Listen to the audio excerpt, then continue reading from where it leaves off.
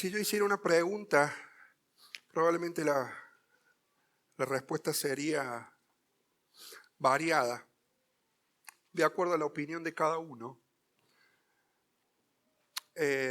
Por ejemplo, si yo hiciera la pregunta en esta mañana, ¿cuál es el mayor problema del mundo? Muchos dirían que el problema mayor del mundo es la guerra. Otros dirían que el mundo tiene problemas de educación, entonces hay que sanar al mundo a través de la educación. Otros dirán que el tema de la violencia es el mayor problema. Y así, según los opinantes, las opiniones serían diversas.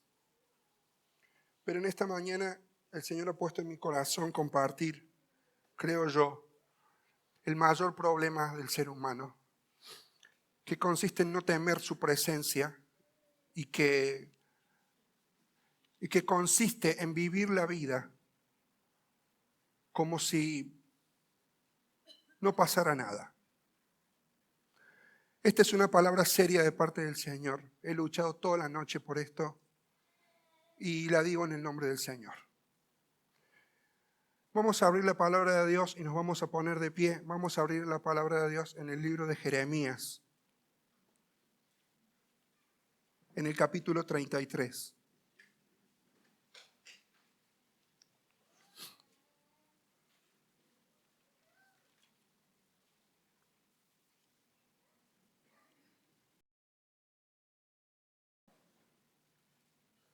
Versículo 6. La tenés posiblemente en tu Biblia, en tu aplicación. La puedes seguir también aquí en la pantalla. Lo vamos a leer todos juntos a una voz. Jeremías capítulo 33, versículo 6. He aquí que yo les traeré sanidad y medicina, y los curaré, y les revelaré abundancia de paz y de verdad. Lo vamos a leer todos juntos a una voz. Vamos. He aquí que yo les traeré sanidad y medicina, y los curaré, y les revelaré abundancia de paz y de verdad. Que el Señor bendiga su palabra. Podemos tomar asiento.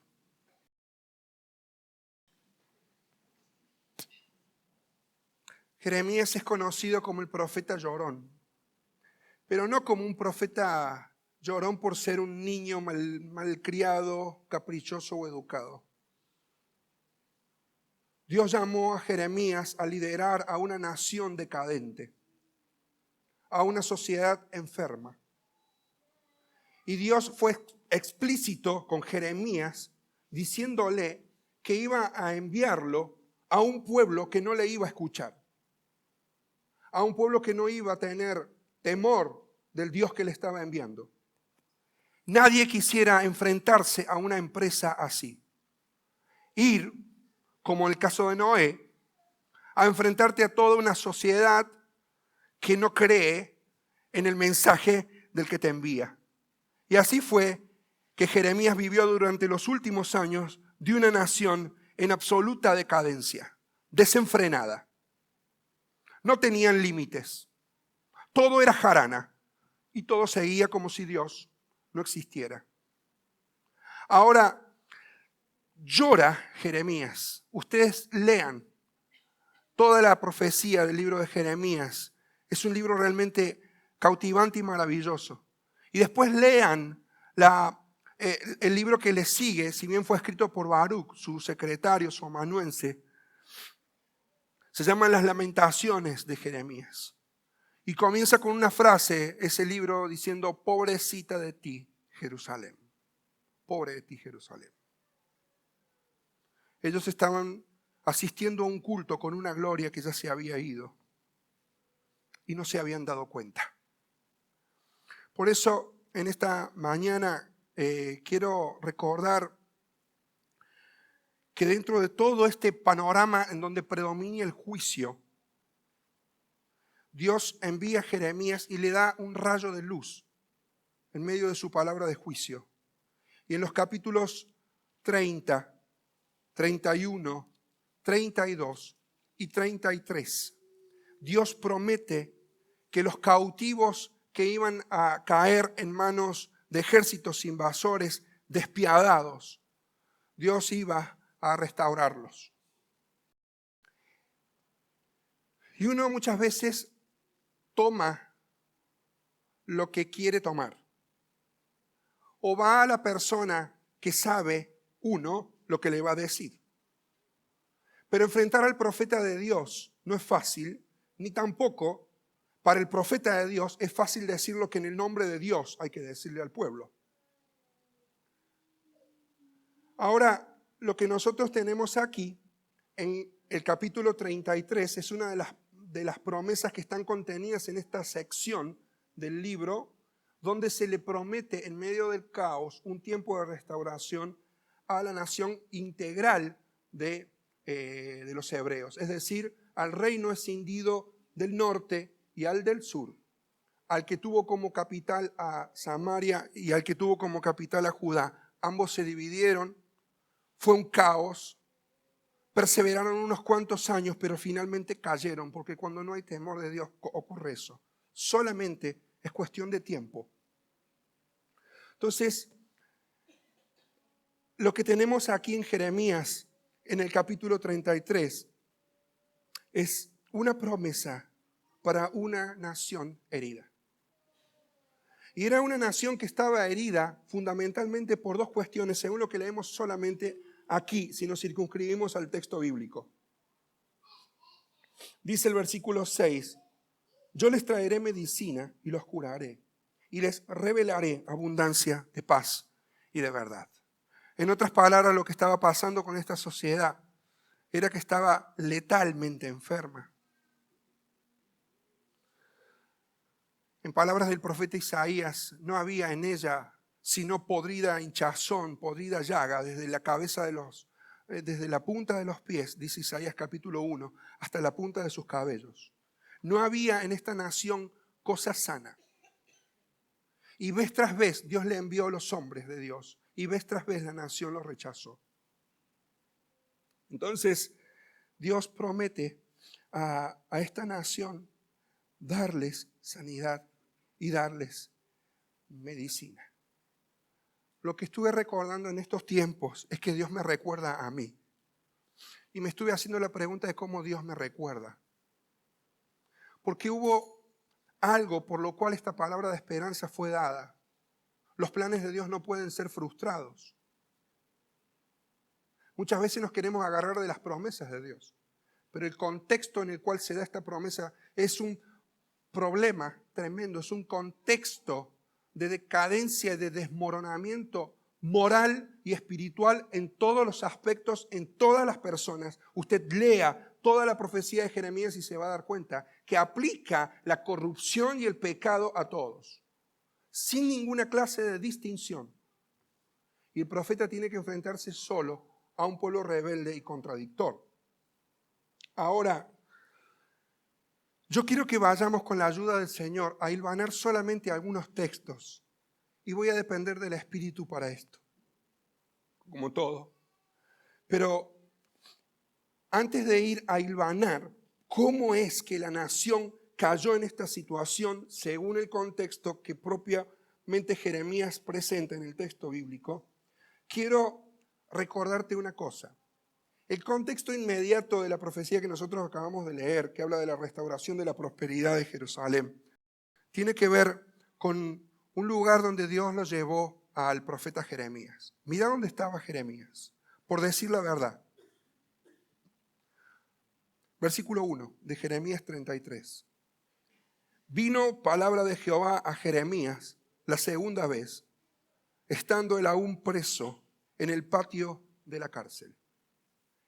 Ese es el precio del llamado de Dios. Muchas veces es la soledad, muchas veces es el ser impopular, el tener que pararse y decir las cosas, el quedar solo, preso y recluido, mientras toda una sociedad vive como, dale nomás que va. Él estaba preso, pero fíjate cómo Dios lo saca y lo lleva al patio de la cárcel. Dios sabe que está pagando un precio muy caro por ser profeta de la verdad. Y en medio de ese desastre nacional, Dios le dice una cosa. Mira lo que dice el versículo 2. Así ha dicho Jehová, que hizo la tierra, Jehová que la formó para firmarla. Jehová es su nombre. Clama a mí y yo te responderé y te enseñaré cosas grandes y ocultas que tú no conoces. Este versículo muchas veces muy románticamente es tomado por nosotros. Decimos, clama a mí. Bueno, ¿querés que esto sea una realidad? Vas a tener que pagar el precio por ser una persona leal al llamado de Dios. Porque es bonito decir que Dios me va a revelar cosas lindas, que va a estar todo bien, de que me espera un tiempo de prosperidad. Pero el proceso hay que tragárselo, al proceso hay que pasarlo. Entonces yo no puedo vivir como si Dios no existiera, no puedo vivir la vida sin temor de Dios. Y Dios saca del calabozo al profeta y lo lleva al patio y le dice, yo para vos tengo algo muy especial. Mis planes no pueden ser frustrados. Vas a ir allá y vas a escuchar lo que yo te voy a decir. Claro, cuando uno no está en sintonía con Dios, por más que te envíen al mejor de los predicadores y venga un ángel del cielo, no vas a poder distinguir su voz. Pero hay un maravilloso tesoro abierto para aquellos que sí son leales al Señor.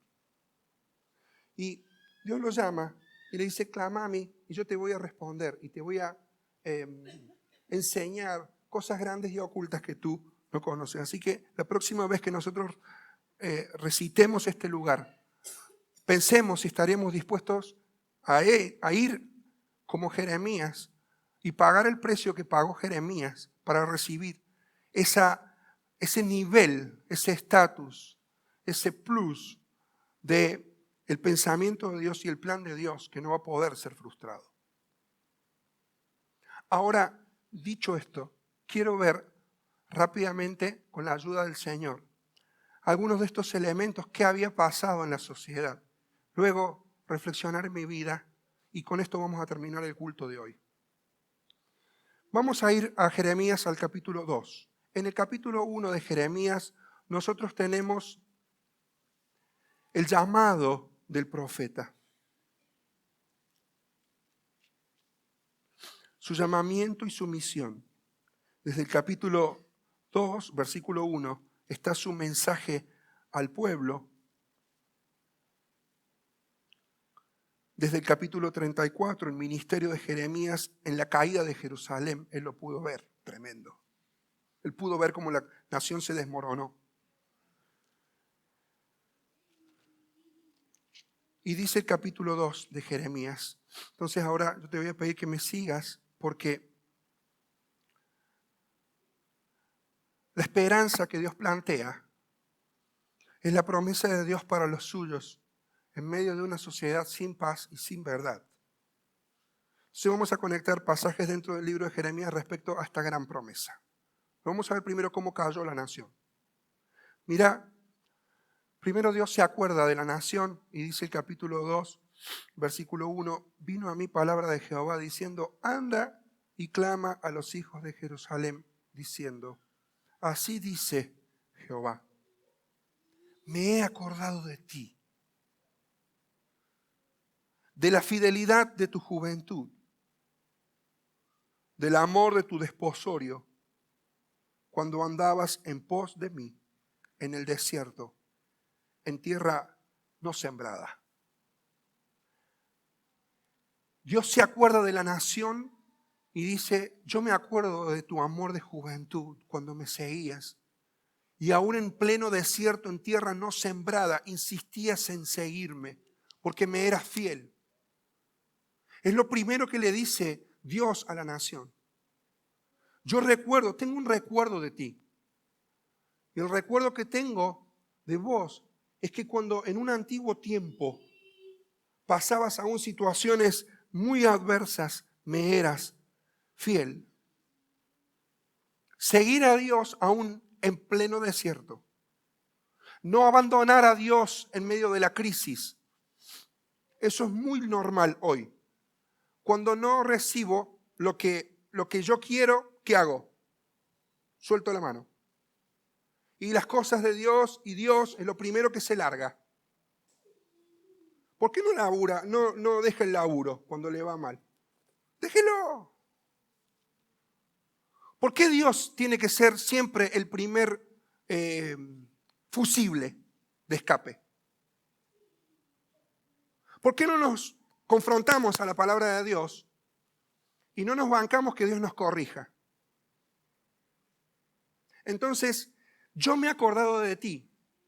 El recuerdo que Dios tiene de la nación es que era una nación fiel en su juventud.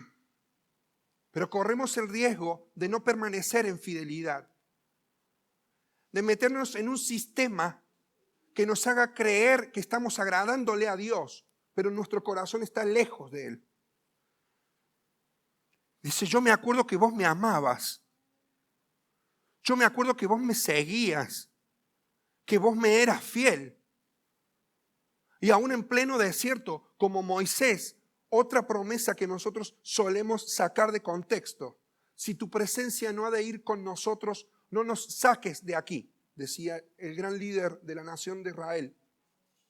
Pero cuando él decía eso, estaba en pleno desierto. Quería decir que, Señor, si yo prefiero el desierto con tu presencia antes que cualquier palacio sin ella. Conscientes de la presencia del Señor. Ahora, sigue diciendo el texto, verso 7, voy a ser muy breve. Y las introduje en tierra de abundancia, para que comieseis su fruto y su bien, pero entrasteis y contaminasteis mi tierra e hicisteis abominable mi heredad. Versículo 13. Porque dos males ha hecho mi pueblo. Me dejaron a mí fuente viva y cavaron para sí cisternas rotas que no retienen agua. Versículo 31.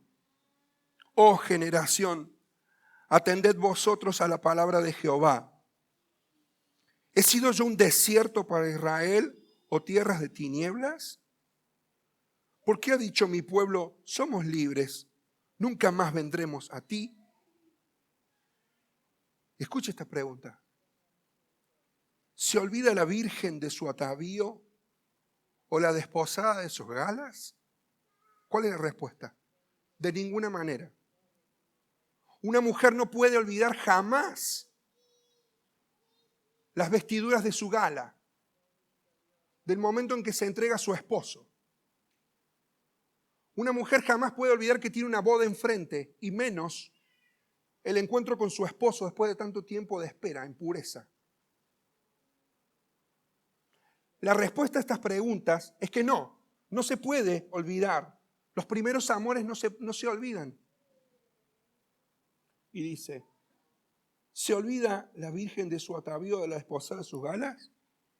Pero mi pueblo se ha olvidado de mí por innumerables días. El Señor les vuelve a decir, vuélvete a mí al final del capítulo 3 y el versículo 1.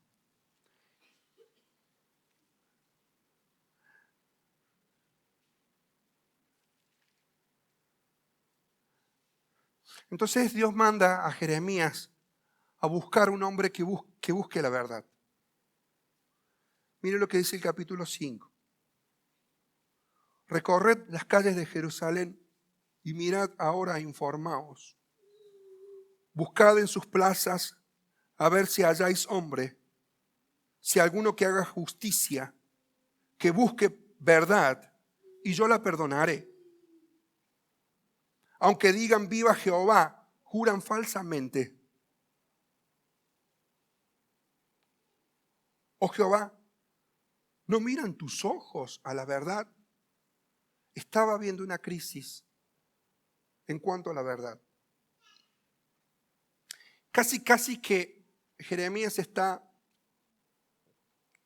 hablando de uno que conoce mucho el mundo, que se llama Diógenes. Diógenes era un filósofo que andaba con una antorcha encendida en plena luz del día, buscando la verdad. Era un irónico. Y dedicó mucho tiempo de su vida con esa antorcha encendida a plena luz del día buscando la verdad. Pero siglos antes, Dios había mandado a Jeremías a hacer esto. Al pueblo, vayan y busquen. Algún hombre que busque la verdad de verdad. Y no lo pudieron hallar. Y comienza entonces el capítulo 6 con los principios de los juicios.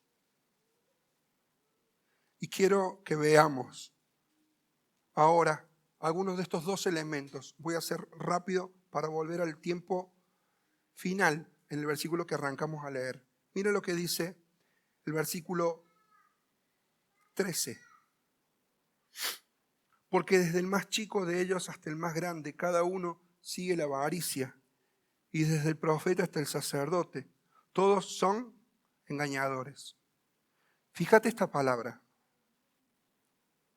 Y curan la herida de mi pueblo, diciendo paz, paz, y no hay paz. ¿Se han avergonzado de haber hecho abominación? Ciertamente no se han avergonzado, ni aún saben tener vergüenza. Por tanto, caerán entre los que caigan. Cuando los castigue, caerán, dice Jehová. Así dijo Jehová: paraos en los caminos y mirad y preguntad por las sendas antiguas cuál sea el buen camino y andad por él, y hallaréis descanso para vuestra alma. Mas dijeron: no andaremos. Esa fue su determinación. Mire. Fíjate cómo el texto menciona aquí a una sociedad light.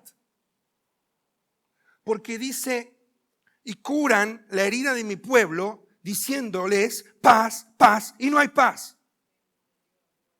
Porque le estaban diciendo mentiras a la gente. Le estaban endulzando los oídos a la gente. Mientras todo sea superficial, mientras todo sea fiesta, vamos para adelante. No hay confrontación con el pecado. Y Dios dice, yo detesto eso. No lo quiero. No tienen paz porque están creyendo las mentiras de los que les predican. Y así hoy también está sucediendo, hermanos. Yo no pido disculpas por el mensaje que estoy dando porque esto lo recibo de parte del Señor. Y yo sé que no es liviano. Pero curar la herida del pueblo con una gasa por fuera, cuando tiene un tumor podrido por dentro, esa es una estupidez.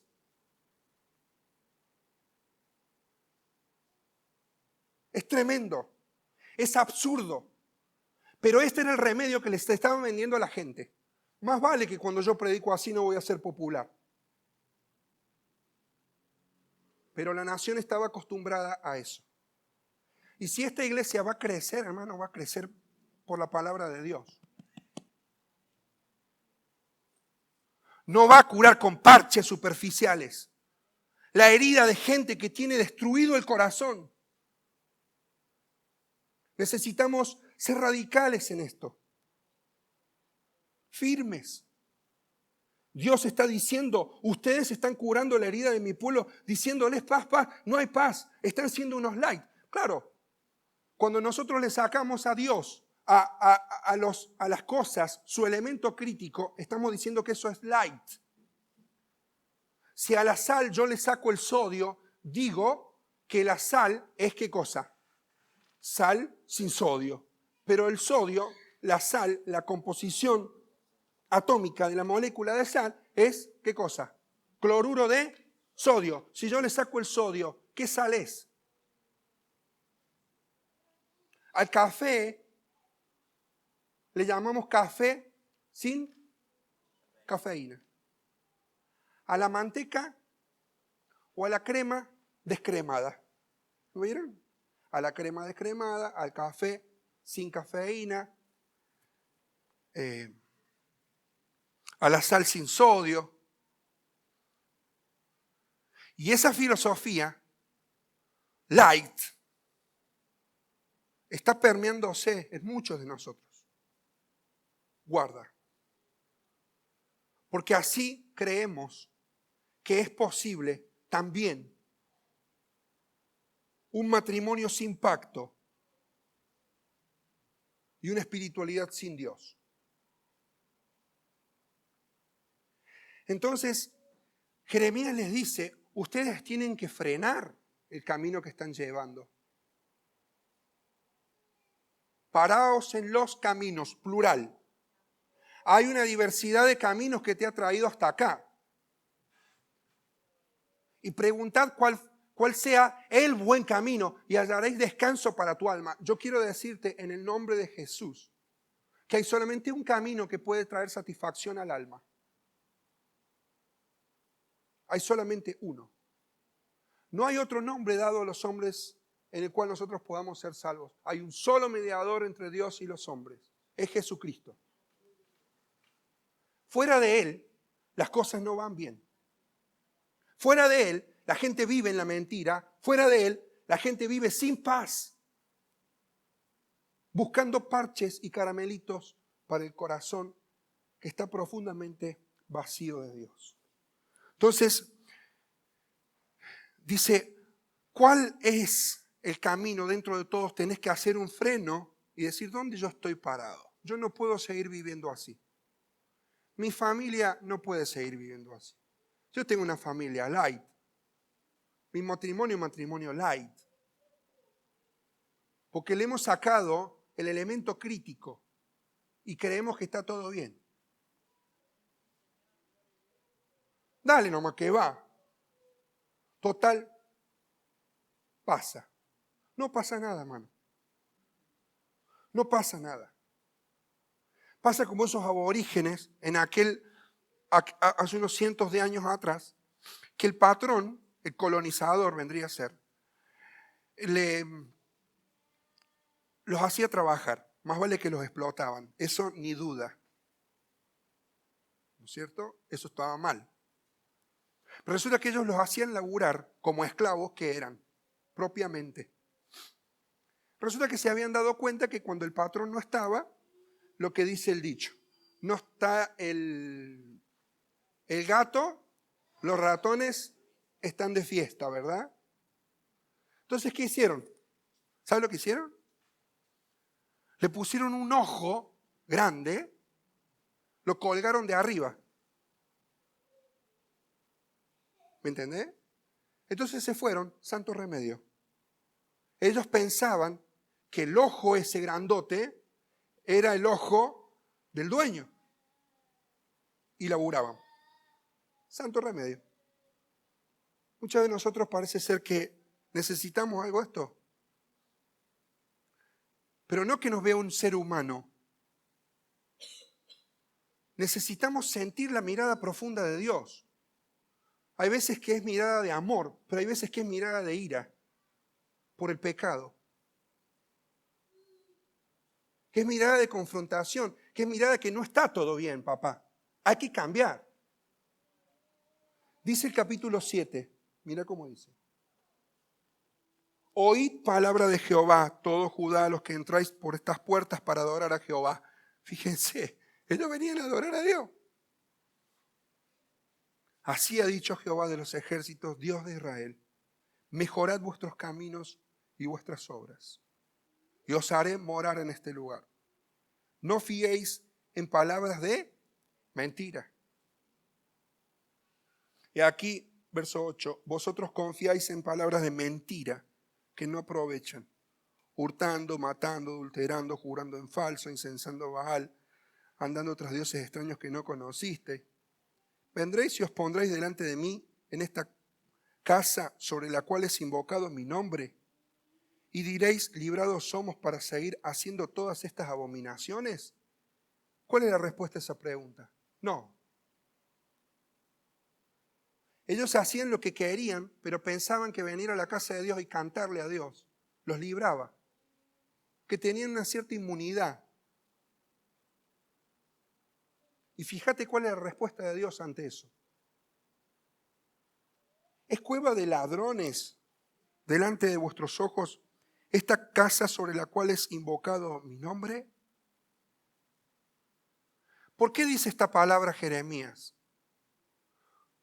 Porque se estaban robando la gloria a Dios. Él dice cueva de ladrones porque se estaban robando esa gloria, porque estaban actuando como si el que presidía el culto no estuviera en él. Entonces, como dice el dicho, la ocasión hace al ladrón. Y ellos se comportaban de esta manera. Es tremendo. El verso 16, ya Dios está cansando. Dios está cansando. Mira lo que dice el versículo 16. Tú pues no ores más por este pueblo, ni levantes por ellos clamor ni oración, ni me ruegues, porque no te voy a oír. Lee el texto bíblico y te vas a dar cuenta que lo dice una vez y lo vuelve a decir otra vez. Capítulo 11, versículo 14. Lo vuelve a decir de nuevo. Tú pues no ores por este pueblo, ni levantes por ellos clamor ni oración, porque yo no iré en el día en que su aflicción clamen a mí. Y lo dice no dos veces, lo vuelve a decir una tercera vez, como para que le quede bien claro en el capítulo 14 y el versículo 16. Y el pueblo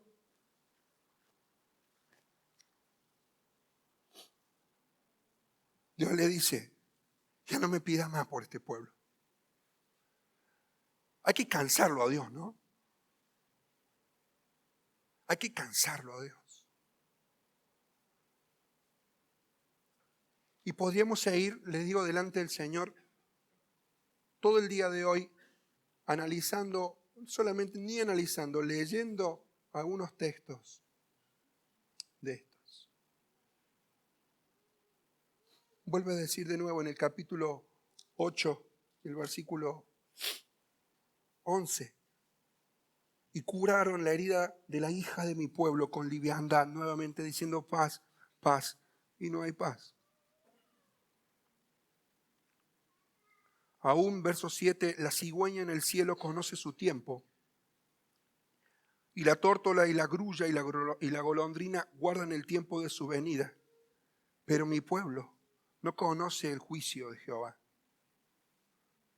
¿Cómo decís, nosotros somos sabios y la ley de Jehová está con nosotros? Ciertamente la ha cambiado en mentira la pluma mentirosa de los escribas.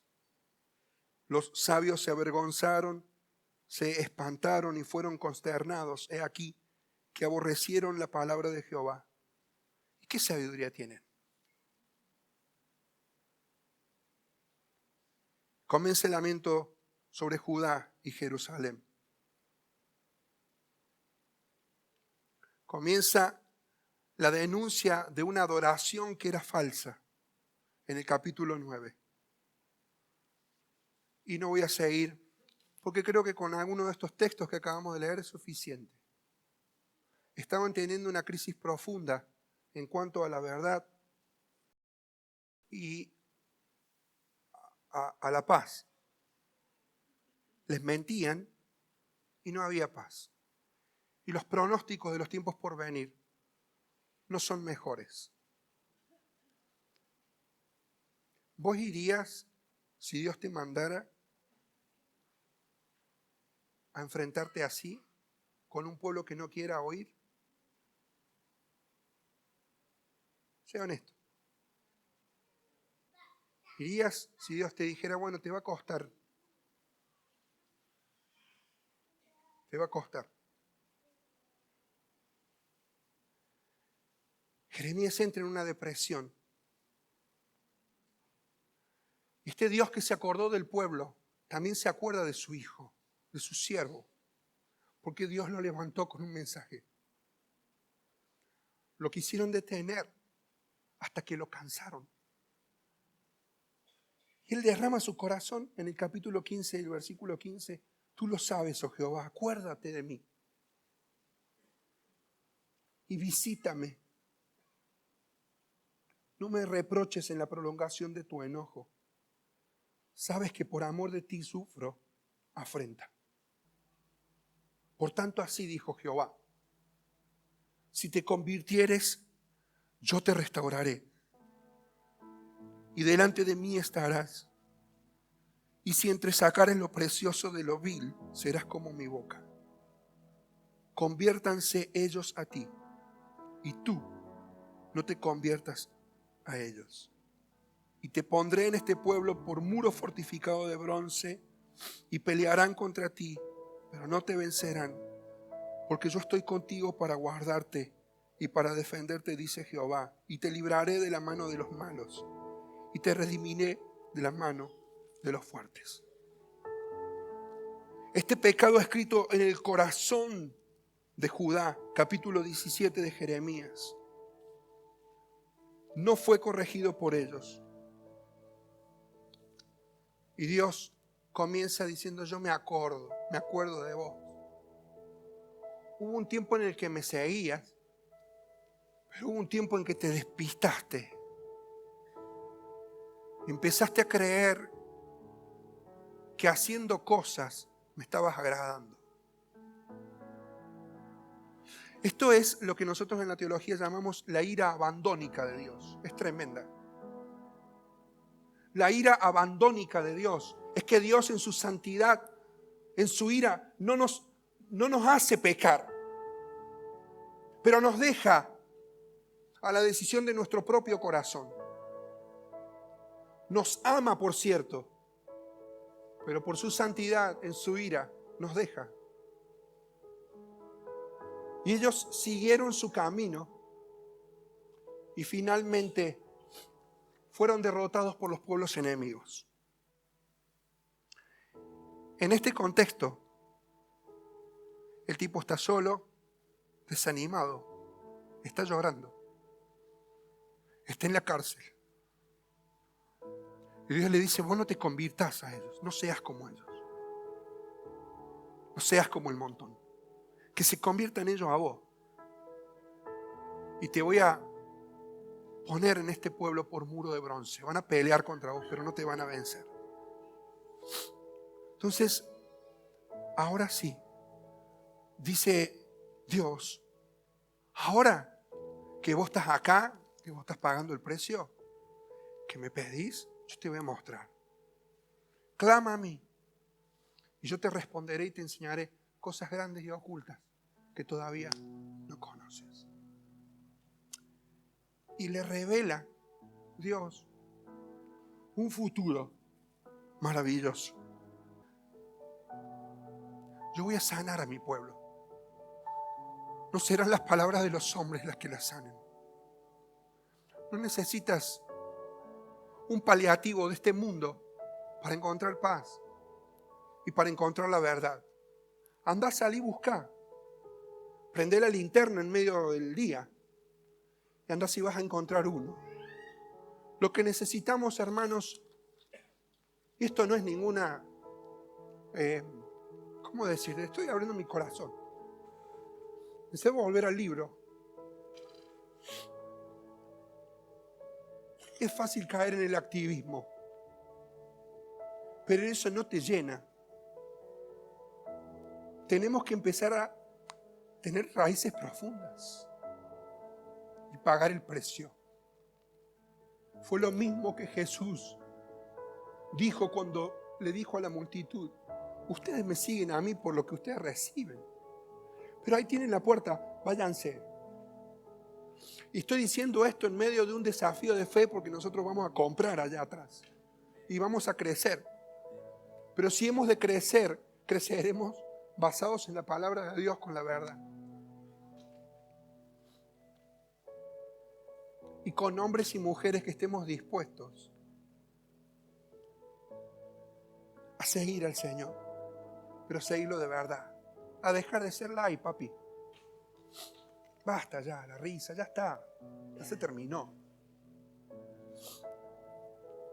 Yo sanaré a mi pueblo, dice el Señor. Traeré sanidad y medicina y los curaré y les revelaré abundancia de paz y de verdad. Este texto habla de un montón de cosas que van a ser esparcidas en la nación de Israel, restaurada. Promete un descendiente, dice el versículo 15, 14, aquí vienen días, dice Jehová, en que yo confirmaré la buena palabra que he hablado a la casa de Israel y a la casa de Judá. Un día ese reino va a ser uno. Pero ese día todavía no ha llegado, amigo. En aquellos días y en aquel tiempo haré brotar a David un renuevo de justicia y hará juicio y justicia en la tierra. En aquellos días Judá será salvo y Jerusalén habitará segura y se les llamará Jehová, justicia nuestra. Cuando nosotros vamos a la profecía, siempre tenemos cuando el profeta decía una cosa, tenía lo que en la teología nosotros llamamos, en la hermenéutica, las aplicaciones primarias y secundarias. No porque estén unas menores que otras, sino en una línea de tiempo. El profeta decía la palabra, pero la aplicación llegaba en un momento y quizá también tenía una réplica en otro. Lo que nosotros leemos, después léelo bien, Jeremías 33, tenemos los dos casos. Porque tenemos lo que dice el versículo 11, alaben a Jehová porque Él es bueno, porque para siempre es su misericordia. Eso pasó cuando el pueblo de Judá fue liberado y fue liderado por Esdras para volver a la nación. Estoy plantado aquí en Esdras capítulo 3, versículo 11. Y de eso replica el Salmo 136. Después léelo. Compara lo que dice Salmo 136, 1 con lo que dice Jeremías 33, 11. Vas a darte cuenta que es lo mismo. Los israelitas cantaron, alabad a Jehová porque Él es bueno, porque para siempre es su misericordia. Ya pasó. Pero lo que viene en el tiempo hacia adelante es que va a salir de la raíz seca de una nación, de David, un rey, que es Jesucristo el Señor. Aplica en su primera venida y aplica fundamentalmente en su segunda venida. Nación de Israel todavía va a ser restaurada. Fíjate vos, y quiero hacer estas preguntas para que pensemos. Desde lo que dijo Jeremías, vuélvanse a mí. Incluso desde el tiempo donde Él les prometió la restauración. Fíjate cuánto tiempo ha pasado y todavía sigue pasando hasta que Cristo vuelva. Jesucristo va a volver nuevamente.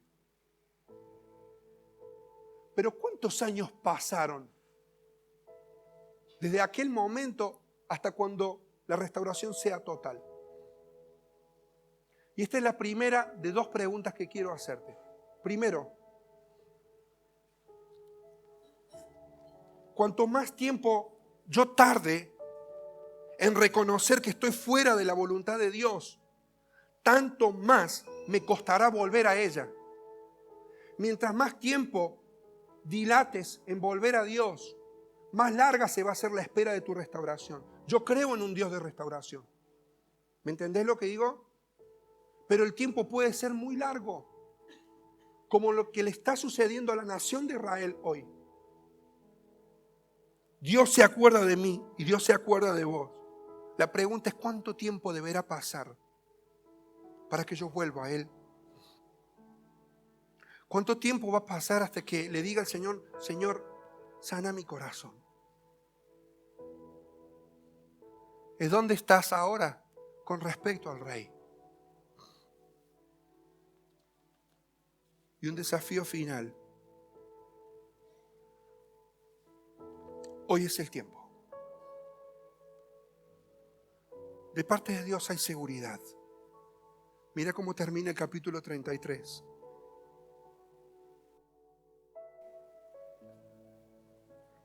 Le promete a Cristo como rey, un renuevo de justicia, un rey justo, un rey que ejercerá su sacerdocio en virtud a lo que hizo en la cruz. Hebreos capítulo 7. Ya no hay más necesidad de sacrificios. Y se cumplirán los pactos dados a David y los pactos a los levitas. En Cristo, en el Cristo que reinará en el milenio. ¿Cuál es la seguridad de la restauración? Y esto a mí me impacta, porque me desarma ante Dios. Verso 25. Así ha dicho Jehová: si no permanece mi pacto con el día y la noche, si yo no he puesto las leyes del cielo y la tierra, también desecharé la descendencia de Jacob y de David mi siervo, para no tomar de su descendencia quien sea Señor sobre la posteridad de Abraham, de Isaac y de Jacob. Verso 20. Así ha dicho Jehová: si pudieras invalidar mi pacto con el día y mi pacto con la noche, de tal manera que no haya día ni noche a su tiempo, podrá también invalidarse mi pacto con mi siervo David. Como no puede ser contado el ejército del cielo, ni la arena del mar se puede medir, así multiplicaré la descendencia de David mi siervo y los levitas que me sirven. Lo que está diciendo Dios aquí es que la promesa de restauración es tan fuerte y tan firme en Él, que si vos pudieras romper con la traslación en las órbitas del sistema solar de la Tierra, o que pudieras hacer que el eje de la rotación de la Tierra sobre sí misma, en círculos que duran 24 horas, que nos hacen a nosotros tener los anocheceres y los amaneceres, si vos pudieras romper la rotación de la Tierra para que no haya más noche ni haya más día, si vos pudieras llegar a hacer eso, yo voy a dejar de cumplir mi palabra. ¿Te das cuenta? Es imposible romper eso, porque la palabra del Señor permanecerá para siempre, porque su palabra puede no ser oída, pero su palabra siempre será cumplida. Sus decretos no pueden ser burlados. Su palabra es más fuerte que las mismas leyes que Dios ha establecido en la naturaleza que creó. Los planes de Dios no pueden ser frustrados. Si tu vida es un desierto, si tu vida no tiene paz, si tu vida es un manto que transcurre bajo la mentira, yo quiero decirte que en el nombre de Jesús hay poder en Él para restauración, pero es el día de hoy el que tenemos que decidir volver a la voluntad de Dios para que el tiempo no se nos alargue más. Hoy le vamos a decir a Dios lo que hay adentro de nuestro corazón.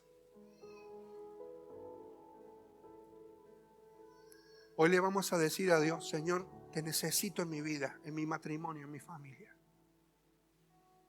Necesito que obres con poder en mi vida. Ya quiero dejar de ser una persona, un hombre light, y quiero empezar a ser una mujer de Dios, un hombre de Dios. Si yo estoy aquí parado, es nada más una circunstancia. Porque a mí me cuesta un montonazo vivir la vida de Dios. No tendría por qué estar acá hoy. Tengo que ponerme en el nivel de ustedes. Pero el llamado de Dios es profundo. Dios nos está llamando al quebrantamiento. Dios nos mira profundamente a dejar de ser permisivos en nuestra vida, permisivos en nuestra iglesia.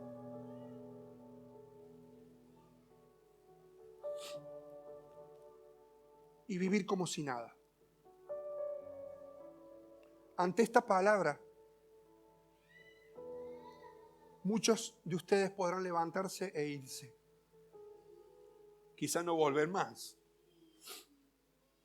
Eso es tu decisión.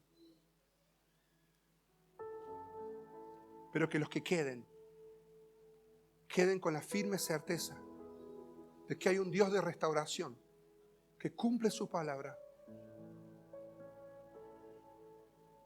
y que así la iglesia va a crecer y va a crecer bien.